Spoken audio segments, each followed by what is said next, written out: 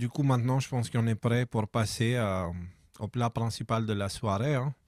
Comme depuis un certain temps maintenant, on se concentre au complexe industriel de la censure. Ce soir, je voulais faire une pause, mais finalement, j'ai pas pu faire une pause parce que le sujet est devenu pertinent et pas seulement ça, mais tout mon travail sur l'exploration de ce sujet. Et merci d'ailleurs à celui qui m'aide et à ceux qui m'aident pour que je puisse approfondir mes connaissances. Tout ce travail-là est devenu extrêmement pertinent maintenant. Alors, allons jeter un coup d'œil sur ce qui s'est passé avec cette interview littéralement historique. Tout le monde sait à présent que Tucker Carlson interviewait Vladimir Poutine depuis l'extérieur du cadre de la propagande occidentale. En gros, ce n'était pas encadré par les institutions occidentales où le journaliste il est interdit de poser certaines questions et tout ça. C'était plutôt libre comme conversation. Cette interview a provoqué une réaction massive dans le monde occidental et il semblerait que tous les atouts soient déployés pour discréditer Carlson et distraire le public pour le garder loin de cette interview. Tout est fait là, on est en train de voir des choses incroyables. Donc voilà le lien vers l'interview qui est partagé par X.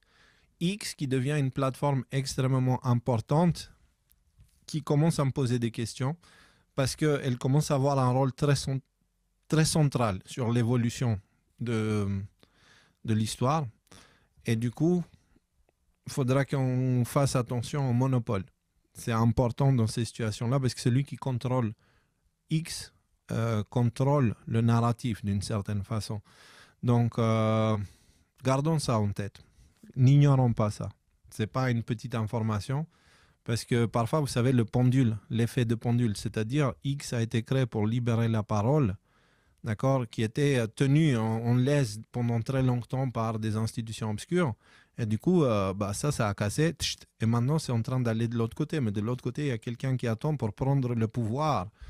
Justement, ils utilisent l'inertie des choses pour finalement conduire à un monopole d'une plateforme qui contrôle le narratif. Et c'est trop puissant comme outil. Tu vois, c'est plus puissant qu'une bombe nucléaire parce que Twitter seul peut déclencher des guerres nucléaires mondiales. Donc, c'est plus puissant qu'une arme nucléaire, réellement. Il faut faire attention, il faut garder ça en tête. On ne veut pas de monopole dans ce genre d'outils. Que ce soit Musk ou que ce soit les autres en face, peu importe. On ne veut pas de monopole là-dedans. Alors, la réaction en France. Écoutez bien, l'ânerie, le niveau d'inculture, le framework disarme puissance 10, et voilà, je l'exprime avec ça, quoi. Écoutez bien. Tucker Carlson, qui est Tucker Carlson? Pour vraiment le comprendre, c'est un suprémaciste blanc aux États-Unis. Ah ouais. Il est comme adulé ça, par gratuit. les gens du Ku Klux Klan. Il y a des entretiens de personnes qui appartiennent à ces mouvements d'extrême droite, racistes, anti-immigration et pour la suprématie blanche, qui disent nous adorons Tucker Carlson. Ok. Donc, la méthode utilisée là, c'est des Pékins lambda qui se trouvent être nazis adorent Tucker Carlson. Du coup, Tucker Carlson est nazi. Alors, laisse-moi te dire quelque chose, ma petite dame qui n'a pas fait fonctionner l'ensemble de ses neurones pour dire des âneries pareilles. Il y a des nazis qui aiment beaucoup ce qui est dit à la télé. Il y a des nazis qui aiment beaucoup Zelensky. Il y a des nazis qui ont été salués au Parlement canadien. Et ça, c'est des choses vraies. D'accord? Là, tu sors une opinion de ton anus et tu attends à ce que tout le monde le prenne comme ça.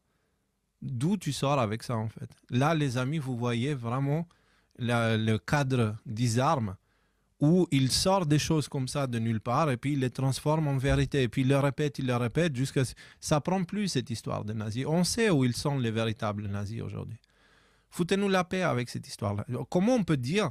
Et après, j'ai vu des posts comme celui-là, d'accord, qui disait pour soutenir la Russie face à l'Ukraine, il faut soit être soudé financièrement par le Kremlin, soit avoir un QI inférieur à, attendez, c'est là, QI inférieur à 89 et gober toute sa propagande, soit être nostalgique du nazisme. Donc, si tu soutiens la Russie, tu es nostalgique du nazisme. Le mec qui a écrit ça, il n'a aucune idée de l'histoire. Aucune idée de l'histoire. Et là, ce qu'il oublie de préciser, c'est que ce mec-là, c'était l'ennemi de Hitler. Mais le fait qu'ils les mettent ensemble dans les photos, ils profitent de l'ignorance surtout de la jeunesse aujourd'hui, hein, qui malheureusement ça vole pas très haut au niveau connaissance avec l'histoire, sur l'histoire. Et donc, regardez le lien qui est fait. Or, si on cherche bien, avec l'opération Paperclip, on devrait remplacer ces deux images-là par des photos de van der Leyen, de Klaus Schwab, du Parlement européen, plusieurs personnes, de la NASA, de la CIA.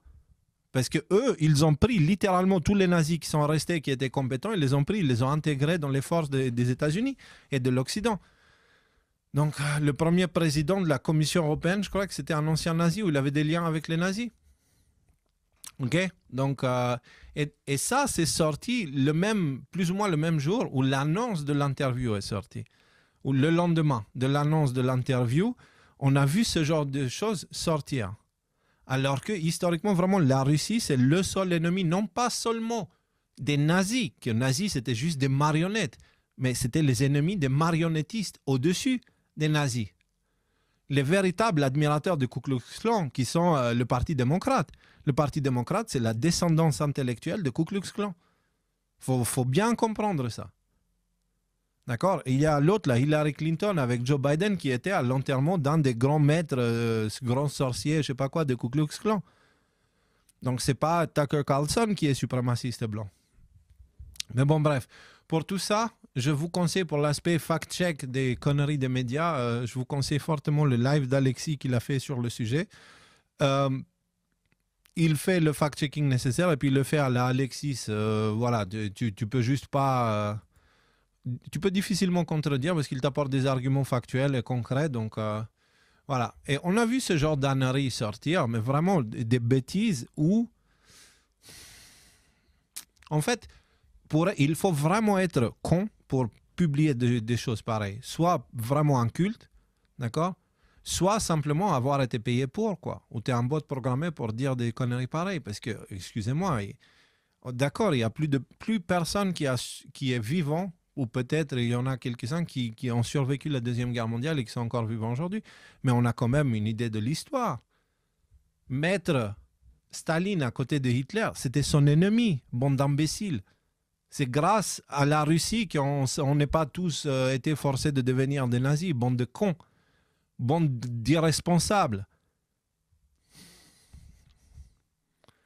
Vous servez les nazis avec ce genre de propagande. N'importe quoi. Bref, et vous croyez que ils vont être raisonnés, puis ils vont serrer un peu les fesses maintenant qu'on a un œil sur eux et sur leurs méthodes et sur leurs mécanismes, et qu'ils vont essayer d'être plus discrets dans leurs méthodes. Ah, rien du tout. Ils en ont rien à foutre. Ils en ont plus rien à foutre. Je pense que les révélations sont en cours, et les révélations consistent à retirer les barrières de réflexion ou comment tu dis, les frontières qu'on se pose pour éviter de se faire griller, quoi. Tu sais, comme une personne, quand elle est un petit peu sous l'effet d'alcool, montre son vrai visage, tu vois. Et bien là, on dirait qu'eux, sont tous sous l'effet de l'alcool, hein, et ils sont bourrés à fond la caisse. Regardez ce qu'il dit un général français, là. Voilà, ils ont le narratif est parfait côté russe. Hein. Oui, le narratif est parfait, mais maintenant il va falloir commencer à inventer des contre-narratifs. C'est-à-dire que là, je trouve qu'en matière de guerre hybride, on subit trop. Et donc, à un moment donné, il va falloir... Mais bien sûr. Ah, voilà, on subit, on est... Il va falloir inventer des contre-narratifs. Inventer. Ok, écoutons. Toujours en réaction. Ouais. Alors là, on se demande, on est à moitié paniqué, on se demande comment on va faire pour contrer ce narratif-là. Il va falloir qu'on apprenne à avoir nos propres narratifs et à les imposer également, je dirais, un petit peu au monde. Et y compris même, je veux dire, il faut les infester avec des fake news, etc. Ah ouais. Est-ce que vous êtes surpris? Est-ce que c'est pas ça qu'on vous dit depuis qu'on a mis le doigt? Il faut que j'arrête de parler en pluriel. Est-ce que c'est pas de ça que je vous parle quand je vous parle de ce qui se fait au niveau de la désinformation à l'Occident? Qu'ils te propagent des fake news et qu'ils utilisent les médias pour les amplifier. Et on a vu les dossiers CTL, les dossiers d'ISARM, et on a le framework d'ISARM, on a vu le GTI, on a vu comment ils s'organisent entre eux pour censurer, etc. Et maintenant, le mec, il te dit ça clairement à la télé, il te dit il va falloir qu'on invente notre contre-narratif. Invente. pas genre on se base sur une réalité factuelle. Il faut qu'on invente un contre-narratif. Parce que la vérité ne va pas dans leur sens. Donc, ils doivent inventer une vérité pour pouvoir justifier ce qu'ils font. Et le gars, il te dit, il faut qu'on pollue Internet avec de la désinformation. Mais copain, tu nous prends pour des cons. Tu ne crois pas qu'on est au courant déjà que vous faites ça depuis un moment? On n'est pas des cons. Les cons, c'est vous. Si vous croyez qu'on ne vous voit pas, sans déconner, quoi. On dirait un éléphant qui se cache derrière un morceau de blé, quoi. Comment tu dis? Un pied de blé. Bref, on écoute la suite parce que c'est drôle. Oui. Ah, vous êtes pour une contre-guerre hybride. Moi, je suis pour les mêmes méthodes. Qu'est-ce qu'on dit, mon général? Allez-y. Poutine est malade, il a un cancer. Qu'est-ce qu'on raconte dans votre guerre hybride? Oui, c'est ce qu'il a raconté il y a de ça quelques mois. Hein. On peut dire des tas de choses, oui, absolument. Mais on l'a déjà fait, hein. C'est déjà arrivé. Pas sur LCI. Pour vous raconter des choses en Afrique. Juste. T'as vu l'autre? Ah non, pas sur LCI. Ah non, ça c'est jamais arrivé à LCI. Juste. En Afrique. Juste. Où ça a été Émilie. fait. Oui. Émilie, il y a des gens qui se sont branchés. Bon, bref, voilà. Émilie, il y a des gens qui sont branchés, exactement. Donc, il y a eu ça. Lançons notre contre-narratif, et ça c'est juste après que l'interview soit sortie. Inventons des trucs et propageant des fake news sur Internet. Et là, quelques heures plus tard, on a eu tada, SGDSN. Si vous suivez ADNM, vous savez très bien de qui il s'agit et derrière quoi sont-ils. Alors, SGDSN, donc le secrétariat général de la défense et de la sécurité nationale, en gros les renseignements français qui ont été beaucoup changés depuis l'arrivée de Macron, principalement pour aller dans la direction de contrôler le narratif. Alors, Portal Combat, un réseau structuré et coordonné de propagande pro-russe. Et qui nous apporte ce rapport? Viginum. C'est pareil, vous savez qui est Viginum maintenant parce qu'on a parlé il y a 2 semaines de ça. C'est tout frais. On dirait que voilà, il y avait quelque chose qui annonçait ces événements, on dirait. J'avais aucune idée qu'on va parler aussitôt que toutes ces choses-là vont devenir d'actualité. J'ai juste suivi mon intuition. Et ben mon intuition, c'est pas mon intuition, on va dire que c'est les conseils de papa, elles ont été justes encore une fois parce qu'on se retrouve à parler de Viginum qui devient l'épicentre de cette histoire-là, Portal Combat. Viginum dévoile l'activité d'un réseau baptisé Portal Combat constitué de portails d'information numériques diffusant de contenus pro-russes, couvrant positivement l'invasion russe en Ukraine et dénigrant les autorités de Kiev afin d'influencer les opinions publiques, notamment françaises. En gros, Viginum a découvert un réseau de propagande russe. Alors, je ne dis pas qu'il n'y en a pas, d'accord? Je dis que ce rapport-là, il est vraiment très chelou et on va le regarder ensemble pourquoi. Bien sûr qu'il y a des réseaux de propagande russes. Ça existe. C'est réel. Ce n'est pas la question. C'est chaque État qui se respecte a besoin d'avoir un service de propagande à l'étranger pour des intérêts financiers, des intérêts militaires, etc. Donc la Russie, elle en a aussi. Il ne faut pas être naïf. Par contre, parler de ça maintenant? Vraiment, c'est maintenant que vous parlez de ça? Genre, il y a la guerre qui a été lancée il y a longtemps. C'est maintenant que vous faites ce genre de choses. OK. Alors, vous avez ici le rapport, okay, c'est le document PDF qui est donné sur le site. Alors, si vous ne me croyez pas, vous pouvez cliquer à l'image, ça va vous emmener directement au site en question. Tout refuser, allez vous faire marier. Et donc, c'est le site officiel sgdsn.gouv.fr qui dit la même chose et puis il vous raconte comment ils ont trouvé 193 sites qui étaient en fait liés et puis ils partageaient automatiquement de l'information. OK. Alors maintenant, le problème qu'on a, c'est que ce rapport ne vient pas de Viginum. Ce rapport, Viginum qui lève des fonds incroyables, qui sont payés hyper, méga, ultra, super cher, d'accord? Et on a vu aussi les liens entre Viginum et Reichstad, Viginum et Mendez, on a vu toutes ces choses-là. Reichstad, qu'on va en parler juste après. Regardez maintenant. En regardant un peu le code du rapport sur le GitHub de Viginum, on peut constater que le rapport est fait par Mitre. Vous savez, cette institution qui veut dire littéralement la matrice, en fait, Matrix, quoi, et qu'on a parlé plusieurs fois depuis le début avec CTIL, que je vous dis que c'est vraiment littéralement ceux qui sont derrière la création de la matrice. On va dire c'est la main-d'œuvre de l'architecte. Qu'est-ce que la matrice? C'est cette réalité qui est superposée devant la réalité, la vraie réalité, à travers cette guerre d'information et à travers des opérations comme MK Ultra ou comme Mockingbird. D'accord? Et donc, ce sont des opérations de manipulation de masse et qui utilisent Hollywood, l'industrie musicale, les médias mainstream. Pas toujours. Toute la musique n'est pas corrompue. Tous les films ne sont pas corrompus. D'accord? N'allez pas à l'autre extrême non plus où vous voyez tout noir. Parce que j'ai vu une interview de quelqu'un récemment, ça m'a saoulé un peu, avec des personnes qui croient avoir tout compris et qui plantent l'obscurité dans le cœur des humains en leur disant de toute manière, ça ne sert à rien de faire quoi que ce soit parce qu'on est foutu, on est pris de tous les côtés. Allons nous suicider, ça ira plus vite. C'est ce genre de mentalité, je ne supporte pas. C'est que ceux qui propagent la noirceur, c'est parce qu'ils l'ont dans le cœur. N'oubliez pas ça.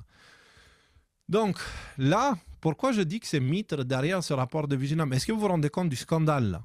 Ce n'est pas Viginum qui fait le rapport. Viginum, c'est une institution française qui a été mise en place par Macron pour la guerre de l'information, okay, et qui est gérée par les renseignements français. Donc, c'est censé être français et travailler pour les intérêts de la France. OK, mais, là, on va aller sur le portail en question. Okay.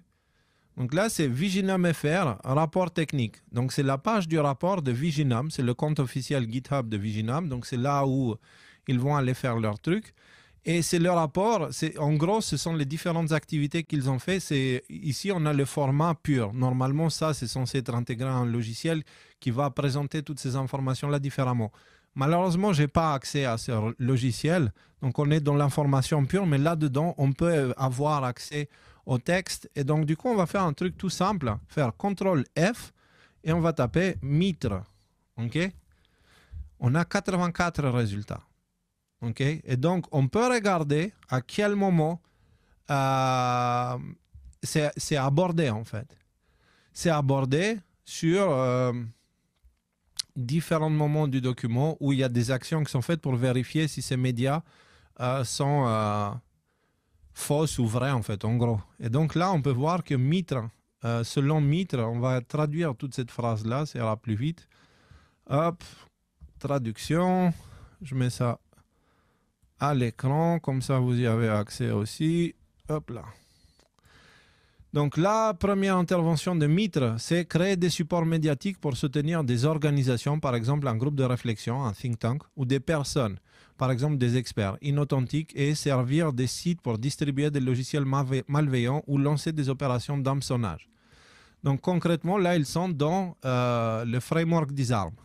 D'accord? Donc ils sont en train de voir, selon le framework Disarm, qu'est-ce que les Russes sont en train de faire. Ils te disent que voilà, ils sont en train de faire ça.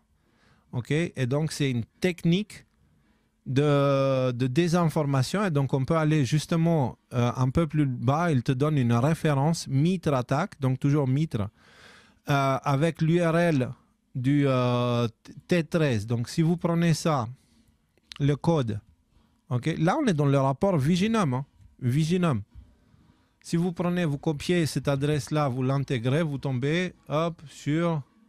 Ça n'a pas marché parce que... C'est pas grave, je vais le trouver. Donc, c'est le T0013. Je vous ai mis un lien ici pour le framework Disarm. Et le T0013, il est là. Donc, qu'est-ce qu'il dit? Le T0013, il dit créer des sites web non authentiques. D'accord? Mais c'est marrant parce que le fait de voir ça, créer des sites non authentiques, ça peut vouloir dire que les Russes ont créé des sites non authentiques ou que l'Occident a créé des sites non authentiques pour accuser la Russie de propagande. Ça peut vouloir dire les deux. Hein. Parce que vous allez voir, la façon que cette information est utilisée, elle est plutôt en train d'arranger les Occidentaux. Donc, qu'est-ce qu'il nous dit le sommaire de cette technique-là? Créer des supports médiatiques pour soutenir des organisations ou des personnes inauthentiques et ou servir des sites pour distribuer des logiciels malveillants ou lancer des opérations d'hameçonnage. OK? C'est ce qu'on avait lu juste au-dessus. Donc, on va retourner puis on va aller à un autre endroit où vous avez Mitre. Alors, T002, Kill Chain Phases, Mitre Attack. Donc T002. On va lire le T002. Hop, on monte ici, T002.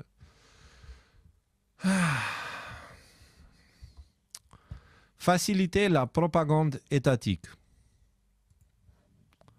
Sommaire. Organiser les citoyens autour de messages favorables à l'État, coordonner des groupes rémunérés ou bénévoles pour diffuser la propagande de l'État. Donc, encore une fois, là, ils sont en train de décrire ce qu'ils sont en train de constater en face. Sans entrer beaucoup dans les détails, parce que ça va nous prendre très, très, très longtemps, comme vous pouvez voir, à chaque fois que vous voyez une tache jaune, c'est un rapport de mitre. D'accord? Mitre.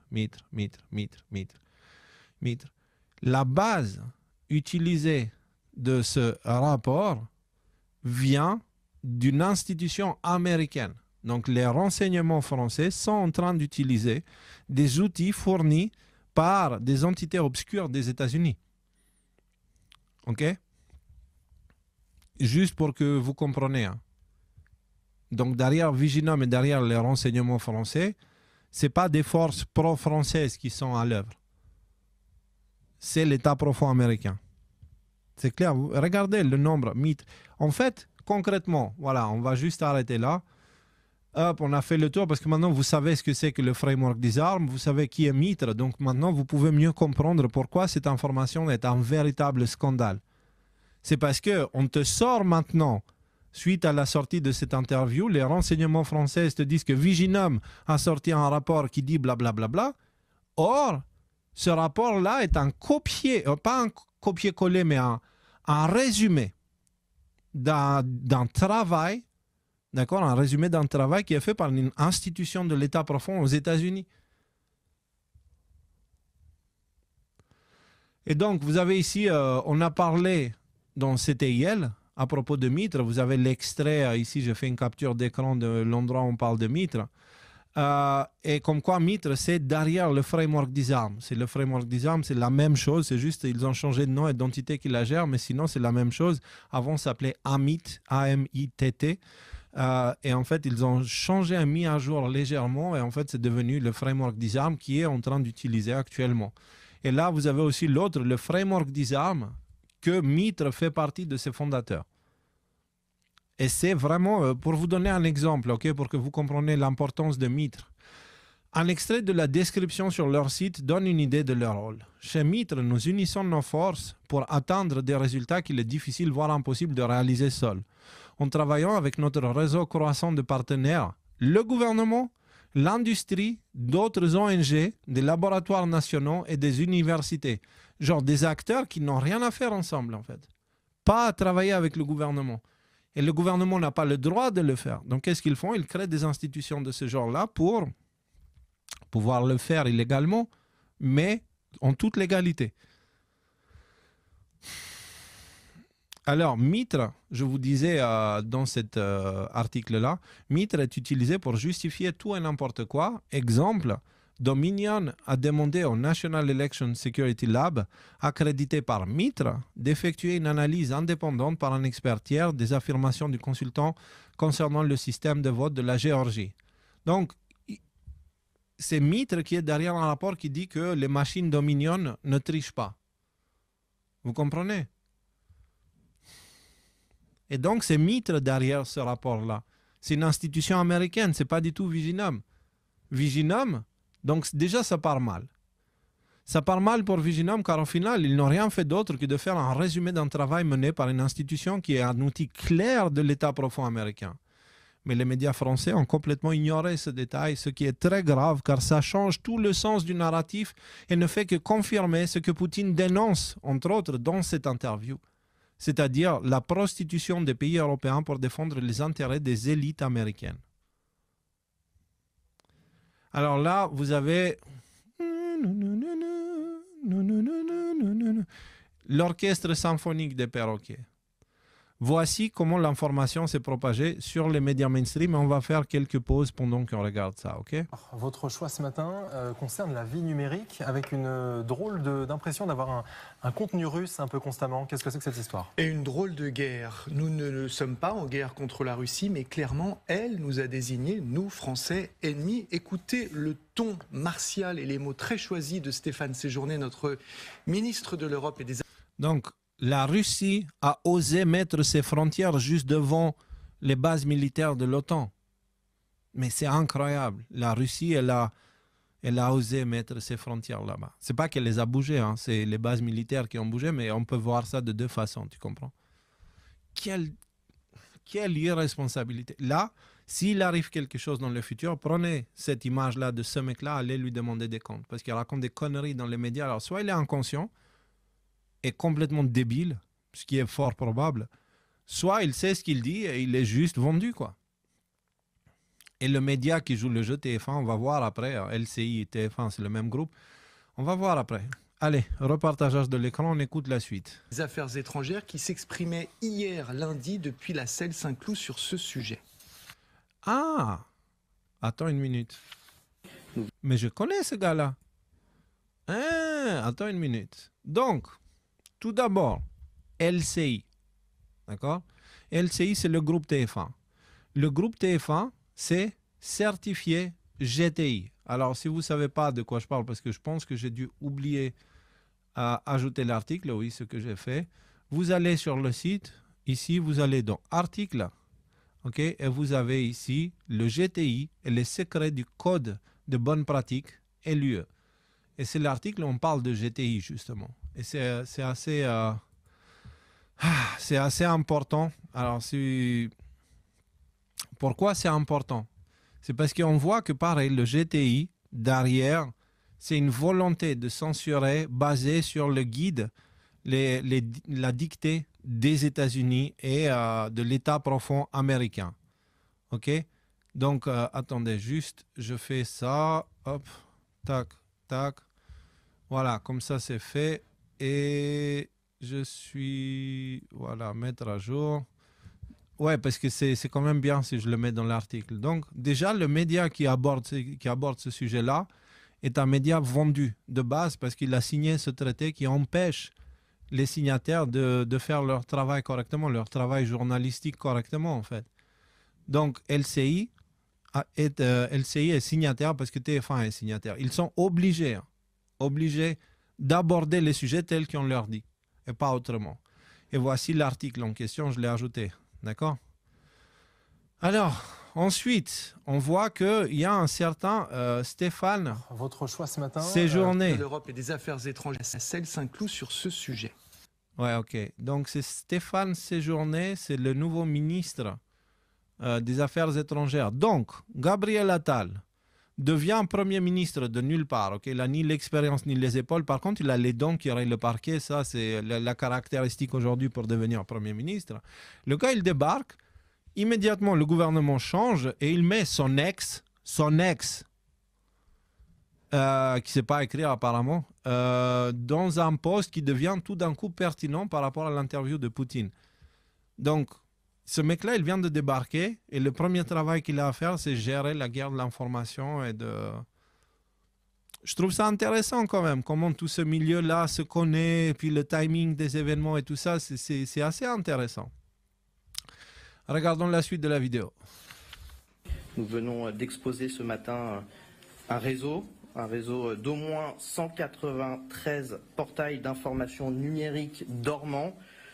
Ces sites devaient d'ailleurs viraliser des contenus pro-russes dans nos 3 pays. Alors, monsieur Séjourné, vous avez... Ouais, j'allais faire une blague avec le nom, mais non.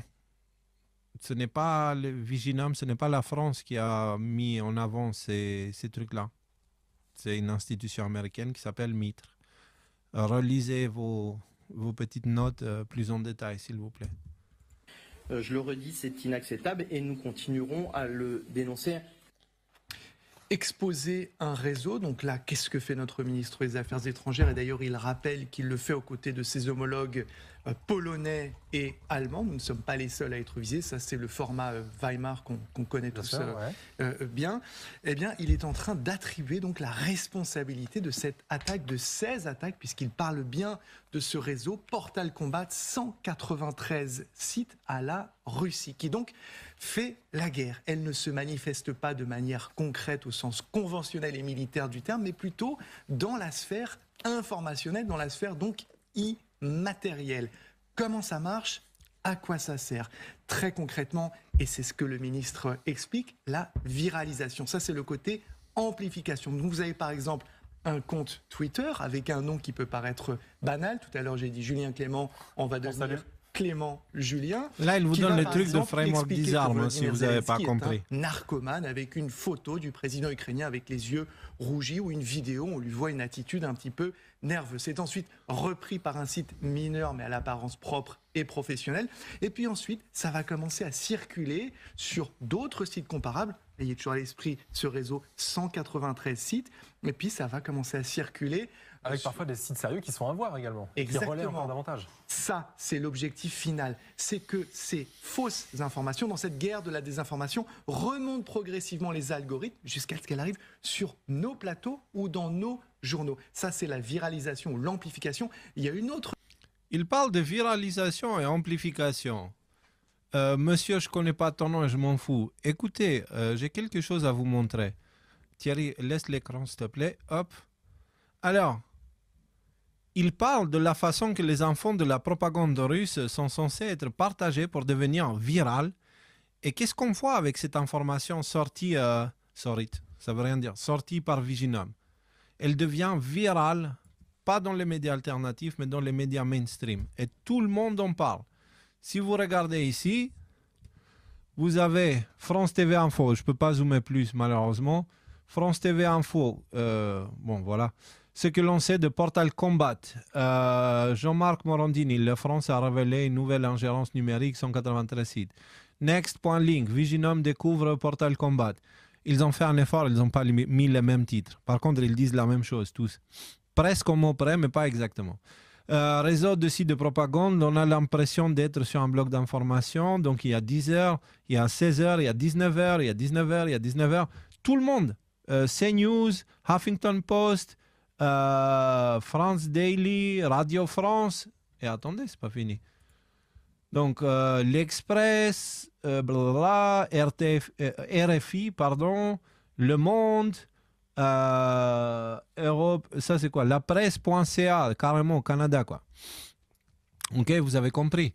Il parle du fait qu'il y a quelqu'un qui sort une fausse information, donc une base qui propage la désinformation, et puis après, il y a ces 193 sites qui deviennent des relais de ça pour donner l'impression que l'information devient virale et que beaucoup de gens le lisent. Oui, moi, ça me rappelle exactement ce qui s'est passé avec cette information où tu as Viginum qui sort ce rapport qui ne vient même pas de lui, hein, qu'il s'approprie le travail d'une institution américaine qui n'a rien à faire avec les renseignements français, mais bon, visiblement, voilà. Ils sortent ce rapport-là et les médias, ils le prennent massivement, ils le propagent et ils te font ça comme une vérité. Ok? Ils te font ça comme une vérité. Gardons ça en tête parce que c'est pareil. En gros, le gars, il dénonce les Russes pour quelque chose qu'eux-mêmes, ils font. Votre choix ce matin concerne certaines thématiques. L'Ukraine corrompue, le président drogué, de façon à ce que ça remonte dans nos priorités éditoriales et que plutôt que de parler de la nécessité, par exemple, de réindustrialiser, de développer une industrie de l'armement, qu'on soit en train de se pencher sur la question de savoir si oui ou non... Attends, pourquoi tu veux augmenter ton armement exactement et pourquoi tu veux plus te focaliser sur l'augmentation de l'armement que sur la nature de sur la santé mentale de Zelensky? Parce qu'en fait, avec ça, tu es en train de dire que de toute façon, on va en guerre, donc il faut qu'on prépare du côté de l'armement. C'est ça que tu es en train de dire, en fait. Et donc, du coup, on devrait s'en foutre de tout le reste et ne même pas se renseigner sur tout le reste, parce que de toute manière, on va à la guerre, c'est pour ça qu'il faut préparer l'armement. Et c'est ça qui est le plus important, selon toi. Être irresponsable, imbécile. Alors, vas-y, Thierry, remets. Zelensky est drogué. Mais juste d'un mot, ça marche pas trop parce que typiquement le travail qu'on fait nous, par exemple sur LCI, alors sans nous glorifier, mais enfin ce qu'on fait typiquement, c'est justement de faire le tri. Donc c'est à ça qu'on sert aussi. Et là, vous posez la question de quelles sont nos armes en démocratie face à cette guerre, celle de la désinformation. Il y en a plusieurs. Nous en faisons partie. Les journalistes, si nous faisons notre travail de manière scrupuleuse, que nous vérifions nos informations, il y a l'éducation citoyenne aux médias, à chacune et à chacun d'être vigilants. Et enfin, la dernière âme, celle du gouvernement, l'agence Viginum, l'organisme de lutte contre les ingérences numériques étrangères. Hop, et l'anus de ces renseignements français est propre, parfaitement propre. Donc, vous voyez la mesquinerie, la manipulation. Alors, soit faite par simple ignorance, hein, ce qui est fort probable, parce qu'on vit dans une époque où les cerveaux fonctionnels ne courent pas les rues. Et donc, ce monsieur-là, soit il est complètement irresponsable, manipulé, soit c'est un pervers narcissique et arrogant au point où il n'en a rien à foutre des conséquences de ce qu'il dit, et du coup, il ne fait que dire ce qu'on lui a dit de dire, soit il est parfaitement conscient et il joue le jeu. Et le média qui propage, bien sûr, qui lui donne ce mégaphone-là, joue le jeu aussi parce qu'ils sont dans GTI, etc., etc. Et on apprend qu'il faut éduquer la population. Sur quoi exactement? En fait, sur la propagande. Si on ne l'accepte pas, il faut qu'on nous éduque, c'est ça? Il faut qu'on nous tape sur la main avec un... Bref, vous avez compris l'idée. Alors, maintenant, on va continuer parce que ce n'est pas tout. C'est pas tout. Donc, à la fin, ce monsieur finit par glorifier Viginum et présente cette institution comme une solution efficace pour la guerre d'information. Sauf que ce 30 janvier, on a vu ensemble qu'est-ce que Viginum et qui se cache derrière cette institution et qui a mis en place toute cette structure de désinformation en utilisant les méthodes du framework Disarm qu'on avait vu 2 semaines avant. Donc, encore une fois, toutes les révélations qui ont eu lieu récemment sur ce complexe industriel de la censure, elles deviennent extrêmement pertinentes maintenant parce que vous la voyez à l'œuvre. Vous les voyez à l'œuvre. Viginum sort une information, un rapport qui vient directement des renseignements américains, de cette institution américaine qui ne devrait pas exister. Et donc, ils disent que c'est leur rapport, mais ils utilisent le travail des Américains, donc c'est pas vraiment leur rapport. Et ils utilisent ça pour... Écoutez bien la suite, parce que, voilà. L'exposition du complexe industriel, bon, bref, tout ça. Alors, on peut sentir la touche des renseignements dans toute cette histoire quand on lit la fin de cet article de France Info où il y a écrit la chose suivante. Malgré un système élaboré, les conséquences en France sont restées modérées de Pravda, donc de ces 193 sites, etc. Explique Viginum. Okay? Les audiences des sites du réseau Pravda paraissent faibles par rapport au nombre de contenus publiés. Pravda-FR a enregistré seulement 10 700 visites en novembre 2023, soit moins que les versions polonaises, 17 600, etc., etc. En gros, ils n'ont même pas un dixième de nos visites, non, peut-être un peu plus qu'un dixième des visites de ADNM quotidiennes. Eux, ils l'ont eu sur un mois. Donc, bref, en gros, ça ne vole pas haut, quoi. Mais cette audience limitée ne doit pas pour autant être prise à la légère, souligne Viginum, parce qu'ils doivent bien justifier leur existence. Compte tenu de ces caractéristiques techniques, des procédés mis en œuvre ainsi que des objectifs poursuivis, ce réseau constitue une ingérence numérique étrangère, conclut le rapport technique. Donc en gros, le problème est bien réel, du coup on doit faire notre travail. Aucun acteur ou commanditaire précis n'est désigné comme responsable de l'opération ingérence, ni dans le rapport de Viginum, ni dans les déclarations officielles de Paris, Berlin ou Varsovie. Mais attends une minute. C'est une compagnie russe ou pas finalement? Parce que là, ils te disent qu'ils ne savent pas qui est derrière. Une prudence habituelle pour Paris, vu les difficultés techniques et diplomatiques à attribuer de telles actions à un groupe particulier. Donc là, on est en train de naviguer dans le monde des ennemis fantômes. Hein. Monde parfaitement contrôlé par les renseignements, les services de renseignement. Comme le terrorisme, par exemple, ou le virus, tout ce qui est invisible, en fait. Alors, néanmoins, cette structure est présentée comme un réseau russe dans le communiqué du ministre de l'Europe et des Affaires étrangères. Donc, on ne sait pas qui c'est, mais on sait que c'est les Russes. Alors, moi, j'ai une autre idée, d'accord? Parce qu'avec la personne qui m'aide à faire des recherches, on a été voir un petit peu Pravda. Et en fait, tu ne peux pas trouver grand-chose dessus. Premièrement, c'est un site qui est vraiment... Il n'y a pas beaucoup de trafic dessus. Okay? Les sites qui sont mentionnés, ils ont beaucoup moins de trafic que ça. Okay? Et puis ça a l'air d'être que des interfaces comme ça, il n'y a rien derrière, en fait. C'est des sites fantômes, quoi. Et tout ça, ça rappelle à la technique de manipulation des masses, de framework Disarm, qui te dit créer des faux sites Internet pour les utiliser pour votre narratif. Oui, mais ce narratif-là de cette histoire de Pravda, ça sert plus les intérêts des Occidentaux que les intérêts de la Russie. Pourquoi? C'est parce que, premièrement, avec les recherches que j'ai faites avec mon ami, la personne qui m'aide avec ça, on a vu qu'en fait, c'est rien. C'est rien, on ne sait pas qui c'est, tout est protégé derrière des Cloudflare, des trucs comme ça. Donc, mais c'est surtout qu'ils sont en train de te dire qu'il y a 193 sites qui reprennent d'une base commune et qui rendent tout ça viral. Et du coup, cette propagande russe, elle arriverait où, selon vous? Aux médias alternatifs français. Et donc, du coup, ils vont te dire non, les médias alternatifs n'ont pas le droit d'exister parce qu'ils n'ont pas les conventions et les règles et les codes de bonne pratique, etc. Et ils vont attaquer les médias alternatifs avec ça. C'est la base. Ils utilisent ça comme base pour attaquer Twitter et les médias alternatifs pour qu'ils puissent reprendre le contrôle de la guerre de l'information. Vous comprenez où ils vont avec ça? C'est évident. C'est trop facile, en fait. Et le truc, c'est trop facile. Pourquoi? Parce que devinez ce qui s'est passé juste après. Conspiracy Watch, qui nous partage un truc. J'ai oublié de pouvoir agrandir. Voilà. L'agence Viginum, blablabla, blablabla. La version française de l'un de ces sites, Pravda.fr, est gérée anonymement. Elle relaie c'est pratique l'anonyme, parce que tu peux mettre derrière qui tu veux. Elle relaie des contenus émanant des médias, blablabla. Pour en savoir plus, il te fait un article qu'on peut lire, mais il n'y a rien dessus. Par contre, vous avez Reichstad, immédiatement. Je ne peux pas le lire, mais par contre, je peux agrandir l'image parce qu'il m'a bloqué. C'est vrai, j'ai oublié. Mais, bon, écoutez, je ne peux pas ouvrir plus grande l'image, mais je peux vous la lire quand même. Il dit, hop là, on va y arriver. Je découvre que ce site qui, il y a une semaine, a fait de mon nom un synonyme de détournement de fonds publics et, sans vraie surprise, l'émanation d'une opération de désinformation de Kremlin. Et donc, il parle de l'article sur l'association Mémorial de la Shoah qui aurait reçu entre 2020 et 2021 la somme de 21 920 € de la PAC, donc politique agricole commune.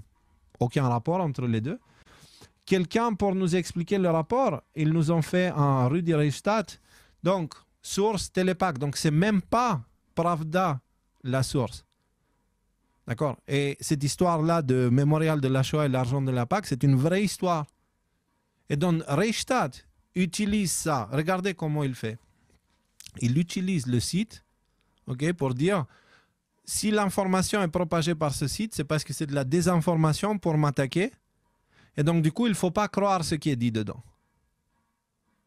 Non, ce n'est pas comme ça que ça marche, copain. Premièrement, Pravda n'est pas la source de cette information-là. C'est d'autres comptes Twitter qui sont la source de cette information-là. Et le fait que ça passe sur Pravda, ça n'annule pas la véracité de l'information. Si la source n'est pas Pravda. Et donc, ça veut dire qu'il faut que tu nous expliques un petit peu cette histoire de Mémorial de la Shoah et de la PAC. Parce que là, vous voyez ce qu'ils sont en train de faire. Ils sont en train d'utiliser ce truc-là comme le boogeyman, comme le méchant. Et puis, toute information qui sera posée sur Pravda, ça veut dire que nous, on ne pourra pas l'aborder parce que ce sera de la propagande russe. Donc, cette histoire de la Pravda, moi, je vous dis, ce sont les renseignements occidentaux qui l'ont mis en place pour l'utiliser dans leur guerre d'informatique, pas contre les Russes, contre nous. Nous qui pratiquons encore un petit peu tout ce qui reste de liberté d'expression en France et en pays francophones. C'est à ça que ça sert. C'est pour ça que je vous dis, tiens, j'ai même les cloches dehors qui le signalent. Je ne sais pas si vous entendez au micro. C'est ça, parce que derrière, tu ne peux pas savoir. Eux-mêmes, dans leur rapport, ils ne te disent pas c'est la Russie. Ils ne peuvent pas te dire avec certitude qui est derrière ça. Il y a quelqu'un qui dit dans le chat, la source est le Kremlin Bicêtre. Ouais, peut-être, ouais, Kremlin Bicêtre, c'est beaucoup plus probable que Kremlin. Parce que moi, je les vois venir grand comme une maison. Hein. Cette histoire de Pravda, ça va devenir par la suite, cette information, elle est abordée par la propagande russe. Du coup, tous ceux qui propagent ça font de la propagande russe. Du coup, il faut censurer tout cela. Donc, ça veut dire celui qui a couvert le sujet du Mémorial de la Shoah et l'argent qu'il a reçu de la PAC, il faut le clôturer parce que c'est un sujet propagande russe. Mais quel rapport propagande russe pour... Je veux dire, ta corruption, Rudi Reichstadt, ma nièce de 5-6 ans, maintenant elle a grandi, de 6 ans, elle a compris qui tu es. une enflure, une pourriture, quelqu'un de vendu, un pervers narcissique, manipulateur qui ment beaucoup plus souvent que ce que tu respires. Et tu cherches à nous faire croire que le fait de t'exposer, tu t'exposes tout seul, copain, tu pues le caca à des kilomètres loin. Il n'y a pas besoin de des informations russes pour montrer à quel point tu es corrompu, à quel point tu es pourri. Tu passes ton temps à attaquer les gens qui travaillent pour maintenir une sorte de vérité fonctionnelle dans ce monde-là, parce que vos machines de propagande, là, elles sont en train de tout faire pour tout rendre incohérent.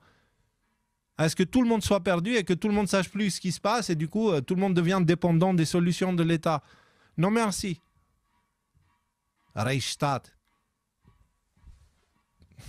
Tu veux qu'on parle de nazis? Alors, mais pourquoi toute cette panique en fait? Qu'est-ce que c'est que cette putain d'interview? Qu'est-ce qui s'est dit dedans en fait? Pourquoi cette réaction tellement maladroite qui est en train de les exposer carrément? Ben, ce qui s'est dit dans cet échange de Tucker Carlson et de Poutine, alors je vous mets ici la version que Quantum Leap a traduit avec, je ne sais plus qui, avec Hello ou avec Kadria, je ne sais plus, mais enfin, c'était un travail de plusieurs personnes qui ont fait très vite pour très peu de temps.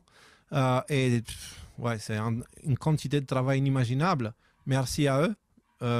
Voilà, j'espère que François vous a payé quelque chose pour ce travail gigantesque, hein, parce que les filles, elles ont bossé, je ne sais plus, 21 heures non-stop.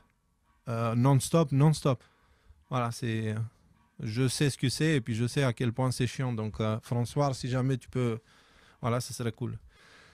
Alors, qu'est-ce qu'on apprend? Je ne vais pas vous montrer quoi que ce soit de cette interview parce que je ne sais pas, je ne le sens pas. Je sens que dans le futur, ça peut me revenir dans la gueule. Je vous dis juste ce que j'ai vu. J'ai regardé cette interview que je vous conseille fortement. Laisse la liste, Thierry, s'il te plaît. Merci. Alors, ça commence par le fait que Poutine, il est plutôt hostile envers Tucker Carlson et Tucker Carlson, il est plutôt taquin, mais taquin un petit peu malsain avec Poutine. Donc, cette idée de Carlson est un poutinolâtre ou je ne sais pas quoi, non, pas du tout en fait. Il n'y a pas vraiment eu une chimie parfaite dans l'interview entre les deux hommes. Alors, ça commence par Carlson qui demande mais alors qu'est-ce qui s'est passé avec l'Ukraine et Poutine qui commence avec le Big Bang, presque. Il commence avec l'histoire de la Russie. Il dit ok, tu veux une conversation sérieuse, faire les choses sérieusement. Et le mec, il te sort vraiment l'histoire de la Russie et de tous les États et de comment ça s'est organisé. Ça prend plus de 30 minutes dans l'interview. Ce qui montre qu'au niveau culture générale, je pense que Macron, à propos de l'histoire de la France, s'il donnait un examen d'histoire, même dans un lycée, je ne suis même pas certain qu'il passerait en fait. Alors que là, Poutine, il te donne un truc détaillé. Donc, le gars, il est un peu plus cultivé que notre tocard qui préfère les fêtes trans, je sais pas quoi, là, à l'Élysée. Alors, autre chose intéressante, les choses qu'il dit à propos de l'histoire, c'est à un moment donné, il lui donne des documents. Et il lui dit, écoute, tout ce que je te dis est vrai, je te donne des documents, va les voir après, il lui donne un dossier assez épais quand même, va les voir après, tu verras ce que c'est. Donc, il a Tucker Carlson qui a des documents, il repart avec un gros dossier. Avec lui, on ne sait pas ce qu'il y a dedans. Ensuite, après le contexte historique, qui prend beaucoup de temps à expliquer, il explique les promesses et les pièges arrogants des Américains. Donc Clinton, Bush, il parle notamment des accords de Minsk, de différents accords qui disaient oui, on va vous faire entrer dans le monde civilisé, genre OTAN et l'ONU et tout ça. Mais en attendant, laissez-nous faire notre truc. Et du coup, la Russie, il disait ouais, ok, on laisse faire. Il laisse sous-entendre aussi que la Russie était corrompue par l'État profond pendant une période. Et du coup, elle s'est réveillée à un moment donné avec l'arrivée de Poutine, justement. Il continue sur l'histoire récente de l'Ukraine, où il explique que l'Ukraine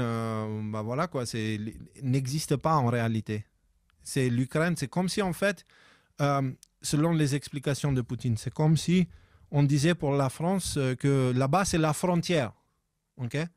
Et donc, cette zone qu'on dit là-bas, c'est la frontière, qu'elle devient un pays qui s'appelle frontière.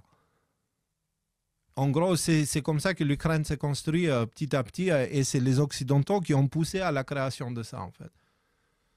Et donc, à la base, ça voulait dire les zones qui sont près de la frontière là-bas, quoi.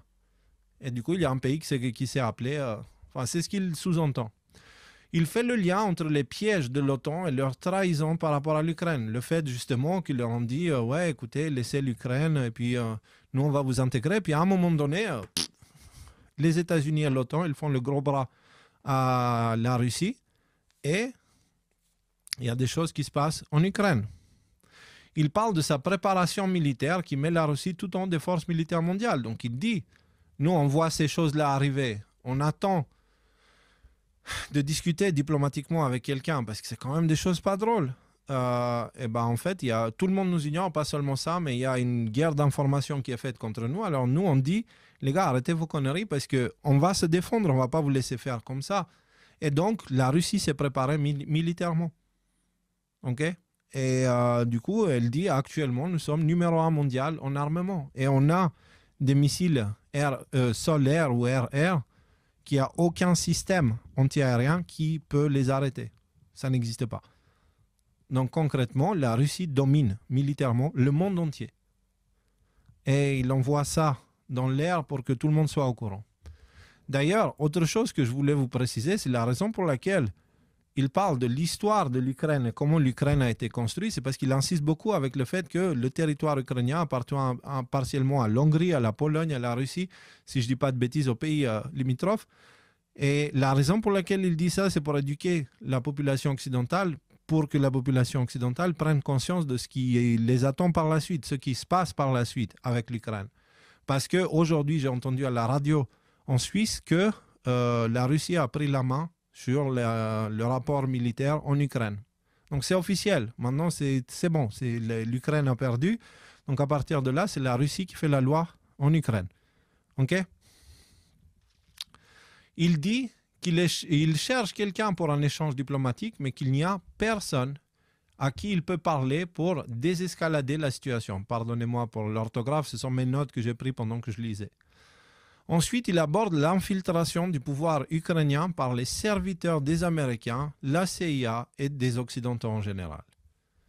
Donc, et il te parle du coup d'État de 2014 organisé par les Américains et leurs serviteurs. D'accord ? Et il appelle ça un coup d'État de la CIA. Il donne pas mal de détails sur le coup d'État et l'implication de la CIA. Et ce sont des détails qui sont documentés, évidemment. Il parle des raisons qui ont été à l'origine de la guerre, le fait que Zelensky sort des accords de Minsk et annuler d'autres accords de paix qui ont simplement été ignorés par la communauté internationale. Okay ? Il y a des accords de paix qui faisaient que la situation pouvait être stable et qui ont été tout simplement ignorés, disparus complètement des échanges diplomatiques en fait. De quel accord tu parles? De ce niveau-là, genre tu signes un truc, un traité, etc. Et le traité il saute et on te dit de quoi tu parles. Alors, il dit qu'il n'y avait personne avec qui il pouvait discuter pour des accords diplomatiques. Et il insiste sur ça, que lui, il cherche la relation diplomatique, mais il n'y a personne en face. Il dit que la guerre est déjà lancée contre la Russie et qu'il essaye de l'arrêter. C'est pour ça que j'étais ironique tout à l'heure. Je dis, si vous voulez savoir qui est l'agresseur, regardez qui a posé les bases militaires autour de l'ennemi. Et vous allez voir que la Russie actuellement, elle est littéralement encerclée avec des bases militaires de l'OTAN qui vont dans des pays scandinaves, de l'Europe de l'Est, qui descendent jusqu'à du côté de l'Afrique, on va dire, nord-est, et qui passent en dessous avec les Afghanistan et tout ça. De l'autre côté, c'est entouré parce qu'il y a l'Alaska. Donc la Russie, elle se trouve entourée de bases militaires américaines. Qui est l'agresseur en fait? Alors après, il parle de l'aspect nazi en Ukraine et son véritable ampleur, où ils permettent au nazisme de se propager et ils y font même la promotion parfois. En tout cas, c'est légal. En Ukraine, le nazisme est quelque chose dont tu peux faire la promotion légalement. Et on sait que Poutine, c'est quelqu'un qui a demandé de nombreuses fois à ce qu'on interdit la glorification du nazisme au sein de l'ONU. Et il y avait deux pays qui votaient contre à chaque fois, c'était les États-Unis et l'Israël, qui ne voulaient pas arrêter la glorification du nazisme. C'est intéressant ça. Et récemment, plus récemment, c'est tous les pays occidentaux qui signaient contre ça. Donc les pays occidentaux ne veulent pas arrêter la glorification du nazisme. On parlait de ça et puis quelques temps plus tard, on a vu quoi? Un standing ovation à un nazi au Parlement canadien. Donc il parle de ça, Poutine. Il parle du nazi au Parlement canadien.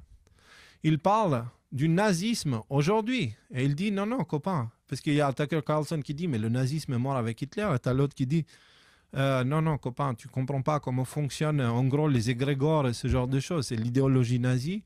Et il continue, il parle du fait que beaucoup de nazis ont été pris et ils ont été travaillés pour en face. Et l'idéologie nazie, elle est bel et bien vivante. Il suffit d'aller voir en Ukraine pour la voir un peu partout.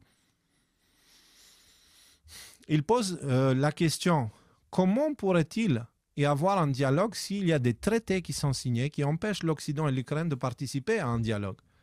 Parce que ça, c'est vrai, il y a un traité que Zelensky a fait signer à tous ces généraux, tous ces trucs-là, et qui a été un petit peu forcé par l'Occident, qui dit il est interdit de négocier avec Poutine.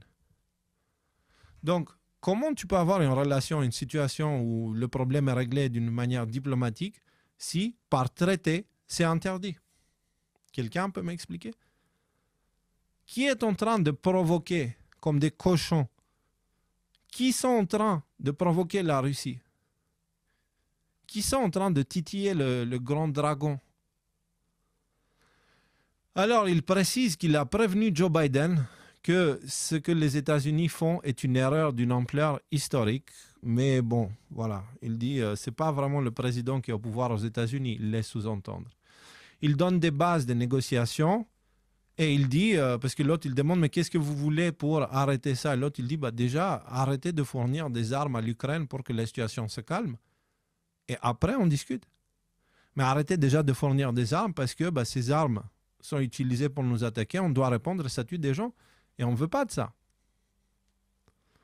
Donc en gros c'est l'OTAN qui encourage la guerre en Ukraine, pas la Russie. Il parle de la volonté de l'OTAN à utiliser la menace russe pour faire peur aux populations. C'est-à-dire, ils utilisent la Russie pour avancer dans un agenda propre à eux, des élites globalistes.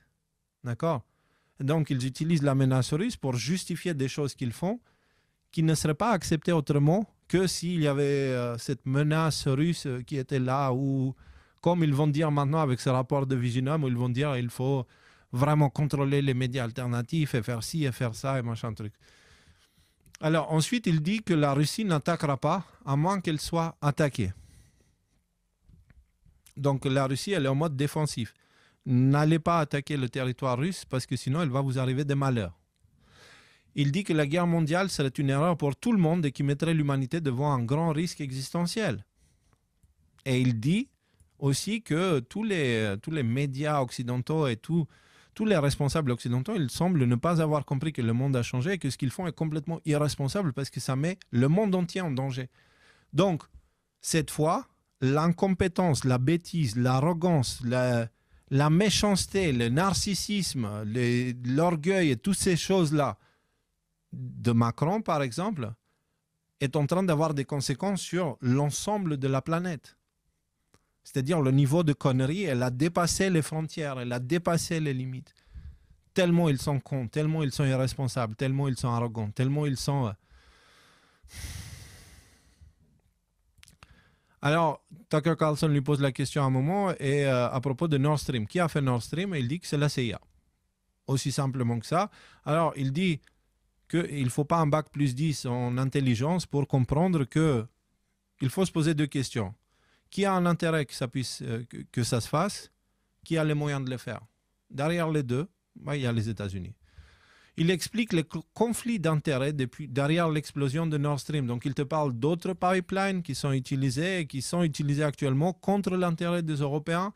Donc, c'est une situation, il dit, où il ne comprend pas pourquoi les Européens punissent leur propre population en utilisant la Russie comme raison, quoi. Tucker dit à un moment que le monde est séparé en deux hémisphères et Poutine rappelle que les deux hémisphères de la tête d'un humain jouent différents rôles, mais un hémisphère ne peut pas se tourner contre l'autre. Ils doivent travailler ensemble. Donc il y a des moments vraiment poétiques dedans, c'est assez intéressant. où justement Tucker dit le monde s'est séparé en deux pôles et en deux hémisphères, quoi.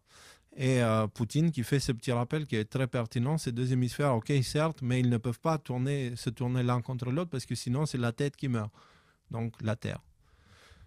Ensuite, il parle du dollar et de son utilisation comme arme contre le monde, à travers notamment l'absorption de l'inflation américaine par le monde suite à l'imposition du dollar comme monnaie internationale.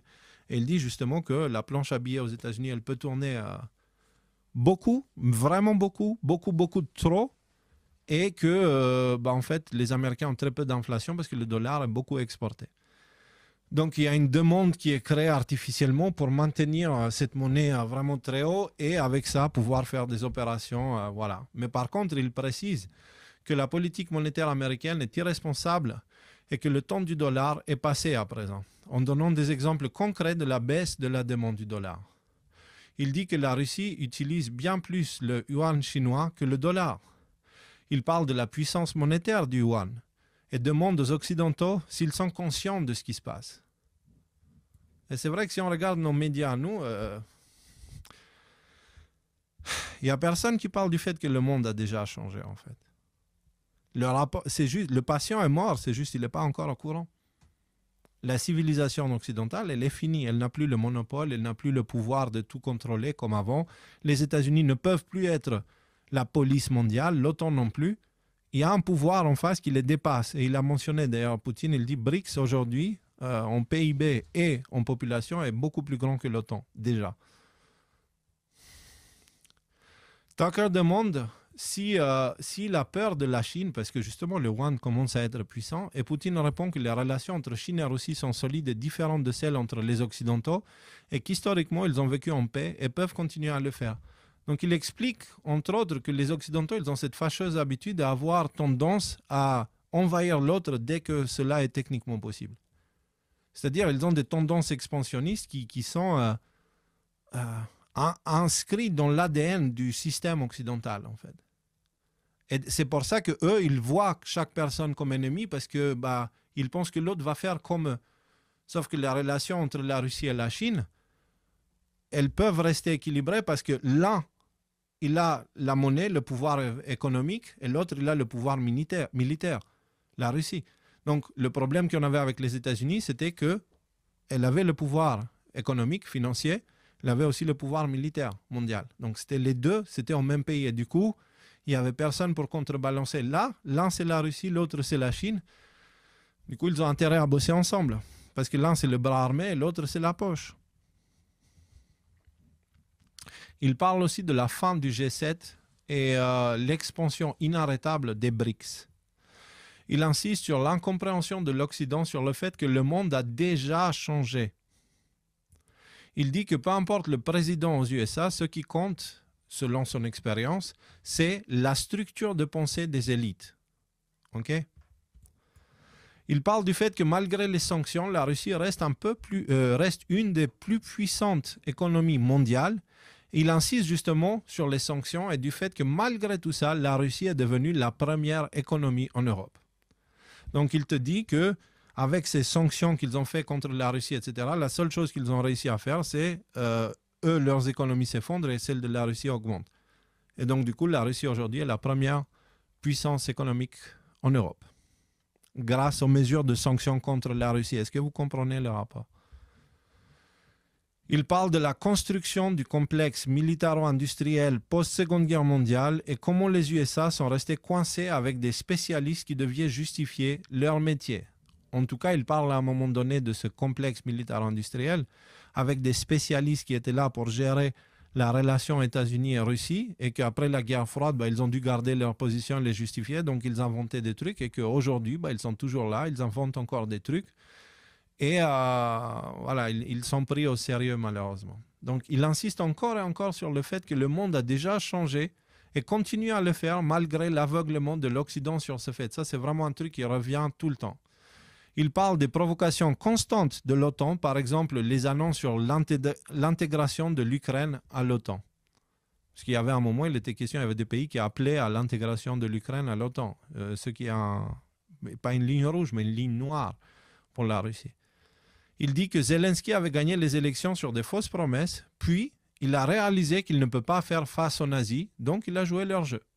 Zelensky, c'est ce qu'il dit justement, il dit à un moment, Zelensky, je crois qu'il a compris, il a parlé du grand-père de Zelensky qui avait battu contre les nazis, qui s'était battu contre les nazis, et du coup il avait dit à Zelensky, mais ce que tu fais là, c'est pas cool.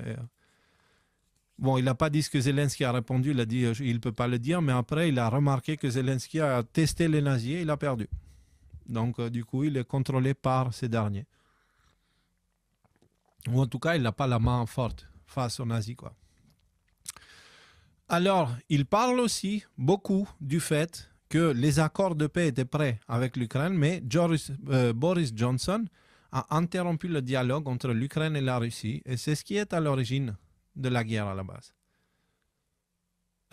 Zelensky allait signer avec la Russie des accords de paix, et Boris Johnson est allé pour dire non, tu ne vas pas le faire. Résultat des courses, voilà. Boris Johnson qui a réagi à ça et qui a dit non, c'est des fake news, c'est pas vrai. Ouais, copain, arrête tes conneries. Internet a de la mémoire, on sait où tu étais, qu'est-ce que tu as fait, ça va. C'était une grande nouvelle à l'époque où Boris Johnson a sauvé l'Ukraine en la mettant en guerre face à la Russie. Ouais, bravo. Il parle de la nature chrétienne de la Russie. Vers la fin, ça a commencé à aller dans le spirituel et de leur capacité de vivre en paix avec d'autres religions. Alors, Tucker demande comment mélanger besoin militaire avec christianisme. Et Poutine dit que c'est simple, ne jamais attaquer, mais tu as parfaitement le droit de défendre ton territoire. Il dit que l'IA, c'est la menace d'aujourd'hui, parce qu'il y a un moment, justement, où on va peut-être voir cet extrait-là, parce que c'était assez intéressant si je trouve ma liste, là, que j'avais fait des passages importants. Ouais, je l'ai. À un moment, Tucker Carlson lui demande « Et le règne de l'intelligence artificielle, c'est pour quand ?» Et Poutine qui dit l'IA, c'est la menace d'aujourd'hui. Il fait un petit clin d'œil envers Elon Musk, il joue un jeu ambigu. Et il parle du manque de régulation pour ce genre de choses, parce que comme toujours, il dit la raison pour laquelle les choses sont parties en vrille, c'est par manque de régulation, manque de contrôle. Voilà. Tucker lui demande s'il a peur d'un conflit généralisé, jusqu'où il est prêt à aller. Et Poutine dit qu'il veut tout faire pour éviter le conflit, mais que la responsabilité de la suite est sur les épaules de l'Occident. Il dit qu'ils avaient tout fait pour éviter la guerre et ils étaient prêts à signer les accords avec l'Ukraine, mais c'est Boris Johnson qui est venu tout interrompre, forçant Zelensky de ne pas signer les accords. Alors, on va aller regarder juste un petit extrait, on va prendre ici. Et on va aller justement 1,46. Ses voisins, très bonne 14. Président de l'Ukraine, d'air fond barbare sera. C'est là, c'est maintenant. Il n'y a rien de mal à cela. Je dis juste qu'on se ressemble. Alors, voyez-vous du surnaturel à l'œuvre en regardant ce qui se passe dans le monde actuellement? Voyez-vous Dieu à l'œuvre? Vous arrive-t-il de penser que ce sont des forces qui ne sont pas humaines?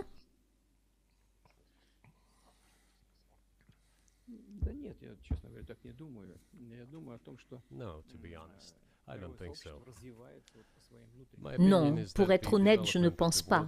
Mon opinion est que le développement de la communauté mondiale est conforme aux lois inhérentes. Et ces lois sont ce qu'elles sont. Il en a toujours été ainsi dans l'histoire de l'humanité. Certaines nations et certains pays ont grandi, sont devenus plus forts et plus nombreux, puis ont quitté la scène internationale, perdant le statut auquel ils avaient l'habitude. Je n'ai probablement pas besoin de donner des exemples, mais nous pourrions commencer par Gengis Khan et les conquêtes de Horde, la Horde d'or, puis finir avec l'Empire romain. Il semble qu'il n'y ait jamais eu quelque chose comme l'Empire romain dans l'histoire de l'humanité. Néanmoins, le potentiel des barbares a progressivement augmenté, tout comme leur population. En général, les barbares se renforçaient et commençaient à se développer économiquement, comme on dirait aujourd'hui. Cela a finalement conduit à l'effondrement de l'Empire romain et du régime imposé par les Romains. Cependant, il a fallu 5 siècles pour que l'Empire romain s'effondre. Mais La différence avec ce qui se passe maintenant est que tous les processus de changement se produisent beaucoup plus rapidement qu'à l'époque romaine. Est-ce que vous vous rendez compte de ce qu'il vient de dire là? Il compare la civilisation occidentale à la Rome, hein, à l'Empire romain, et il dit que la Rome est tombée finalement. Donc, ouais, allez-y mollo, quoi, tu vois. C'est gros. C'est gros comme exemple de la part d'un dirigeant d'un des pays les plus puissants du monde de comparer la civilisation occidentale à la Russie, la civilisation occidentale à l'Empire romain, et de dire ça juste après, quoi. Alors, j'ai un autre extrait pour vous que j'essaie de trouver à 1,44 combien? 44,46. Ok, on va regarder. Si nous disons que la mère patrie 36. assurer un avenir normal et durable, Donc, alors voilà, c'est maintenant. La question, elle est et c'est intéressante, pourquoi je le trouve. sentiment patriotique est si fort en Russie. C'est maintenant. La seule façon dont les religions sont différentes est que le christianisme est spécifiquement une religion non violente. Jésus dit de tendre l'autre joue, ne pas tuer. Comment un dirigeant qui doit tuer de n'importe quel pays peut-il être chrétien? Comment pouvez-vous concilier cela avec vous-même?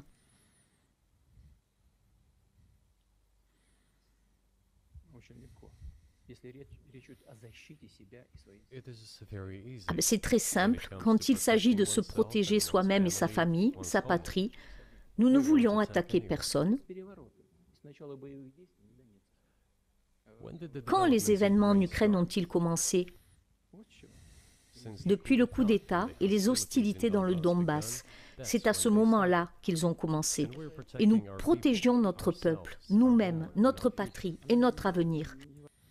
Et donc, directement, on va passer à la fin à 2h03:55 parce que c'est en lien avec ce qu'il vient de dire. Nous sommes prêts pour ce dialogue.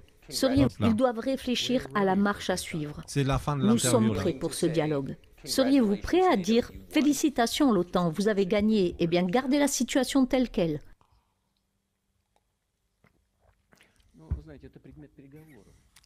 Vous savez, c'est un sujet de négociation. Personne n'est disposé à diriger, ou pour le dire plus exactement, ils sont disposés mais ne savent pas comment le faire. Je sais qu'ils le veulent. Ce n'est pas seulement moi qui le vois, mais je sais qu'ils le veulent, mais ils ont du mal à comprendre comment le faire. Ils ont poussé la situation au point où nous en sommes. Ce n'est pas nous qui avons fait cela, ce sont nos partenaires, nos opposants qui ont fait cela. Eh bien, laissez-les maintenant réfléchir à la manière d'inverser la situation. Nous n'y sommes pas opposés. Ce serait drôle si ce n'était pas si triste. Ouais, en gros, ils ont fait de la merde. Il est temps pour eux d'assumer et de faire le nécessaire pour remettre les choses à l'endroit. Alors, normalement, vous savez, le problème, c'est que ces choses-là, il n'y a rien de nouveau qu'on a appris dans cette interview, honnêtement. Mais la crédibilité donnée à une telle interview, comme c'est un média alternatif taxé de complotiste qui dit ce genre de choses, et quand c'est le président de la Russie qui le dit, c'est pas la même. D'accord? La crédibilité, là, elle est importante parce que là, Poutine vous donne la position de la Russie à propos du conflit ukrainien et un tas d'autres choses sur l'évolution de la civilisation occidentale. Et là, c'est la position de la Russie. Il n'est pas en train de propager de la désinformation. Il te donne juste la position de la Russie. Il dit, voilà où nous sommes, voilà pourquoi nous sommes là, voilà les documents qui l'attestent. Bon courage pour la suite, juste évitez de nous emmerder trop parce que nous sommes la première puissance mondiale en termes d'armement et il n'y a aucune de vos armes qui peut faire face à nos missiles. Voilà. Donc, c'est pour ça aussi que cette interview a fait flipper, j'imagine, l'État profond parce qu'elle va contre le narratif occidental sur cette histoire-là où la Russie agresseur, la méchante Russie, et toutes ces choses-là, quoi. Voilà. Donc, voilà en ce qui concerne ça et on va garder un œil sur toutes ces choses-là. C'est dans tous les cas une interview qu'il faut regarder car concrètement, elle contient beaucoup d'informations qui rendent l'avenir relativement proche, assez clair et surtout, ça donne un autre son de cloche que la propagande occidentale, laissant le choix informé à celui qui a entendu les deux cloches. Ok? Autre son de cloche, voilà, jeu de mots. De plus, dans les livres d'histoire du futur, cette interview sera un point important du déroulement des événements. L'histoire du changement du monde est en train de s'écrire sous nos yeux. D'où le nom de ce live ce soir qui s'appelle « Histoire en direct ». Les événements qui se passent en ce moment, ils sont de nature historique et resteront dans les livres d'histoire du futur pour nous rappeler à quel point on a été cons dans cette période-là. Elle sera littéralement appelée la période de la bêtise ou la période des aveugles ou la période des débiles mentaux ou des attardés. Enfin, je ne sais pas. En tout cas, le nom, il ne sera pas sympa.